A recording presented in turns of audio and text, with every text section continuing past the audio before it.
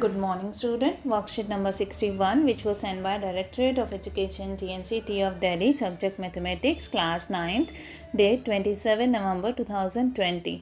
आप अपना पहले name and name of class teacher लिखेंगे. हमारा टॉपिक आज से न्यू स्टार्ट हुआ है. सर्कल्स ख़त्म हो गया है. अब हमारा न्यू टॉपिक स्टार्ट हुआ है constructions. Children, to construct the perpendicular bisector of a line segment, we draw arcs by taking endpoints of line segment as centers and radius more than half of the length of line segment intersecting each other on both sides of the line segment. By joining these points of intersection, we can get the perpendicular bisector of the given line segment.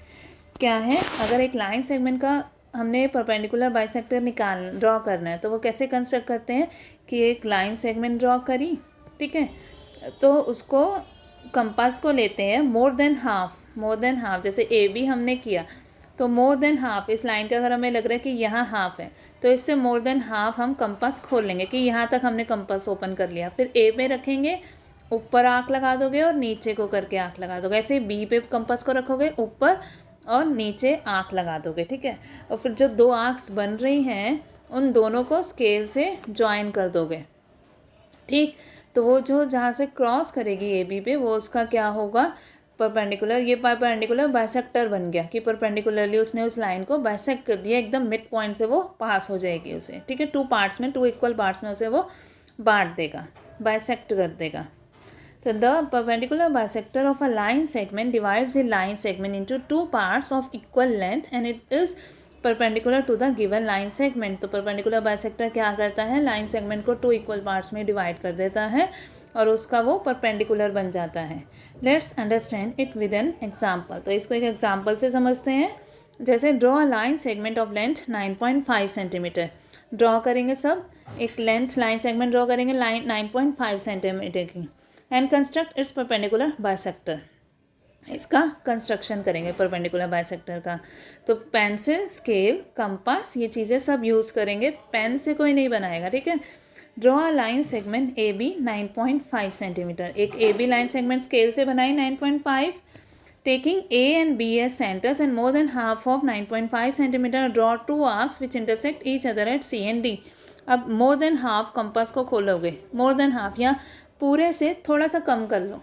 अगर आप मोर than half आपको पता नहीं चल रहा कितना है, आप पूरा ए बी पे कंपास है तो ए बी से थोड़ा सा कम खोल लो, ठीक है, कंपास को. फिर एक बार ए पे रखेंगे, ऊपर आँख लगाया, नीचे आँख लगाया, बड़ा सा आँख लगाना, छोटा नहीं, बड़ा सा आँख लगाना है. फिर बी पे कंपास को रखो, बड़ा सा आँख लगाओ कि पहले वाली जो आँख लगाई है हमने वो कट कर जाए. एक जो कट किया उसको सी पॉइंट दे दिया, इधर जो नीचे कट किया उसे डी पॉइंट दे दिया. फिर दोनों को स्केल से दोनों के आँख जहाँ कट करी है उसके सेंटर से उसको कर देंगे कि आँख जहाँ कट करी है उसका एकदम सेंटर से आप लाइन पास कराओगे, ठीक है. तो वो ए बी पे जहाँ कट कर रही है वो क्या पॉइंट हो जाएगा, ओ हो जाएगा, ओ. तो join point C and D को ज्वाइन कर दिया. C D is a required perpendicular bisector of the line segment A B. तो सी डी क्या है, वो रिक्वायर्ड परपेंडिकुलर बाइसेक्टर है. देखो लिखना भी एकदम सिंपल है, लाइंस जैसे जैसे हम ड्रॉ करते जा रहे हैं वैसे वैसे लिखते रहो.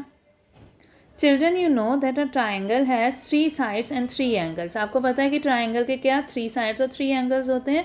To construct a triangle we must know one of the following set of measurements. अगर हमें ट्राइंगल कंस्ट्रक्ट कर रहा है तो इनमें से हमें कुछ ना एक सेट पता होना चाहिए. या तो हमें 3 साइड्स पता हो तो हम ट्राइंगल बना सकते हैं, या 2 साइड्स और दोनों साइड्स के बीच का एंगल हमें पता हो, एंगल बिटवीन दैम, और 2 एंगल्स और दोनों एंगल्स के बीच वाली जो साइड है वो हमें पता हो तब हम कर सकते हैं. और the hypotenuse and a leg in a right angled triangle means RHS. तो ये प्रॉपर्टी बन रही है जो वो होती थी ना कॉन्ग्रुएंट वाली, SSS, SAS, ASA और RHS. ये चारों हमें पता होंगे तभी हम ट्राइंगल कंस्ट्रक्ट कर सकते हैं. Let's understand it with an example. एक एग्जाम्पल से समझते हैं कि construct an equilateral triangle of side 5.5. Equilateral triangle लिखा गया, तीनों साइड्स नहीं लिखी गई है पर इक्विलेटरल ट्राइंगल लिखा गया. यहाँ पे इक्विलेटरल ट्राइंगल में हमें पता है कि ऑल साइड्स इक्वल होती है, मतलब हमें ऑल साइड्स गिवन है. तो फर्स्ट वाला केस यहाँ पे है हमारे पास. तो हम क्या करेंगे, all sides of an equilateral triangle are equal. So in equilateral triangle ABC, AB equals to BC equals to CA 5.5. सारी क्या है 5.5 है। Draw a line segment B C of length 5.5। तो सबसे पहले एक line segment B C draw करी 5.5 scale and pencil से।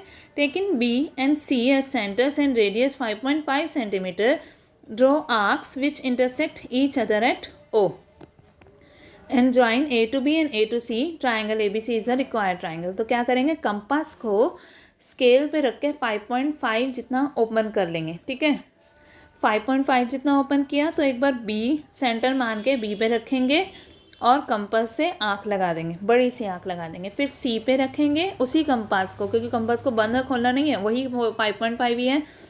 कंपास को सी पे रखा और एक बड़ी सी आँख लगा दी कि वो पहले वाली आँख कट जाए। तो जो ये दोनों आँख का इंटरसेक्शन है वो हमारा क्या है, ए पॉइंट है। फिर स्केल से एक बार ए को बी से ज्वाइन कर देंगे, एक बार सी से ज्वाइन कर देंगे। तो ये हमारा बन जाएगा इक्विलेटरल ट्रायंगल। तो try yourself, draw a triangle P Q R 4, Q R 3.5 and P R 4। What type of triangle is this. तो ये सारी चीज़ें दी हुई हैं। अब हम क्या करेंगे, सबसे पहले कोई भी एक साइड आप ड्रॉ कर लो, कि ये वाली कर लो क्यू आर, क्योंकि बाकी दोनों सेम होंगी तो कंपास को हम एक ही बार ओपन करना पड़ेगा। अगर तीनों साइड पता है तो एक हम स्केल से ड्रॉ करेंगे, बाकी दोनों की आँख हम कंपास से लगाएंगे। तो एक साइड पहले ड्रॉ कर लो आप स्केल और पेंसिल से, क्यू आर ड्रॉ कर लो। क्यू आर ड्रॉ करी, क्यू आर 3.5 लिखते भी रहेंगे सारा, 3.5 सेंटीमीटर। फिर पी क्यू और पी आर, मतलब पी क्यू भी 4 है, पी आर भी 4 है, तो कंपास को 4 सेंटीमीटर ओपन करोगे, क्यू पे रखेंगे, आँख लगा दोगे बड़ी सी, फिर आर पे वही कंपास रखोगे और बड़ी सी आँख लगा दोगे। तो वो पॉइंट जो इंटरसेक्शन वाला पॉइंट है वो हमारा होगा पी। तो उस ये भी 4 सेंटीमीटर और ये भी 4 सेंटीमीटर। ज़्यादा दिक्कत हो तो आप पहले एक रफ डायग्राम बना सकते हो। पी क्यू आर है ना, पी क्यू आर 4 4 3.5। आप पहले एक रफ डायग्राम बना लो, तब आपको पता है कि पी मेरा यहाँ ऊपर होगा, क्यू इधर है, आर इधर है, क्या क्या है। ठीक है, पेपर में पहले आप एक रफ डायग्राम बना लेंगे, फिर आप फेयर कंस्ट्रक्ट करेंगे। और कंस्ट्रक्शन सिर्फ पेंसिल स्केल कंपास से ही करनी है, पेन यूज़ बिल्कुल भी नहीं करना है। आँख जो लगाएंगे वो बड़ी सी आँख लगाएंगे। Draw a line segment of length 10.3 centimetre and construct it's perpendicular bisector.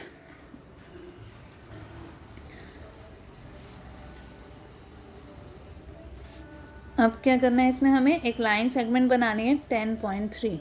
तो 10.3 के जितने लाइन सेगमेंट ड्रॉ कर लेंगे, फिर उसका परपेंडिकुलर बाइसेक्टर ड्रॉ करना है। तो more than half line compass खोलोगे, एक बार ए पे रखोगे, ऊपर और नीचे आँख लगा दोगे, फिर बी पे रखोगे, ऊपर और नीचे आँख लगा दोगे।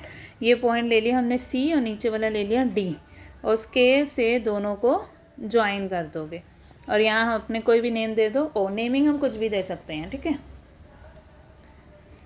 फिर थर्ड वाला, construct an equilateral triangle of side 4.3 centimetre. Equilateral triangle बनाना 4.3 का, तो एक साइड बनाई हमने, एल एम बना ली सपोज, 4.3 स्केल से खींचा वो ड्रॉ करी। अब कंपास को 4.3 ओपन करना है, सारी साइड्स 4.3 है। एल पे रख के आँख लगाई, एम पे रख के आँख लगाई, तो वो पॉइंट हमने ले लिया एन, एल एम एन हो गया ट्रायंगल। एन को स्केल से ज्वाइन कर देंगे, एक बार एल से एक बार एम से, तो ये भी हो गया 4.3 सेंटीमीटर, 4.3 सेंटीमीटर। ठीक है, और इसके बेटा आप स्टेप्स ऑफ कंस्ट्रक्शंस भी लिखेंगे, क्योंकि आपको प्रैक्टिस होनी चाहिए स्टेप्स लिखने की। पेपर में अगर लिखा हुआ आएगा क्वेश्चन में कि राइट स्टेप्स ऑफ कंस्ट्रक्शन, तभी आप लिखेंगे, अदरवाइज़ नहीं लिखेंगे। पर इसमें आप लिखेंगे, ठीक है, सबके यहाँ ऊपर आप देख लेंगे एग्जाम्पल्स में स्टेप ऑफ कंस्ट्रक्शन कैसे कैसे लिखे हैं, वैसे वैसे ही आप नोट डाउन कर लेना। ओके।